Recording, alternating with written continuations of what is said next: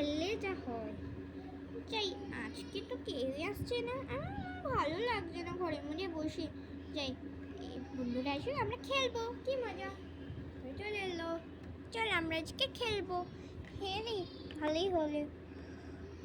চল আজকে আমরা গল্প করবো, খেলবো না। ঠিক আছে, তাই করবো। তুই কী করবি আজকে?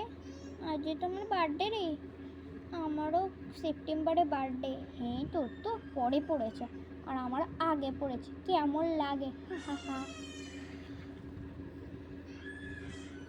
বড়বেলায় যা হয়।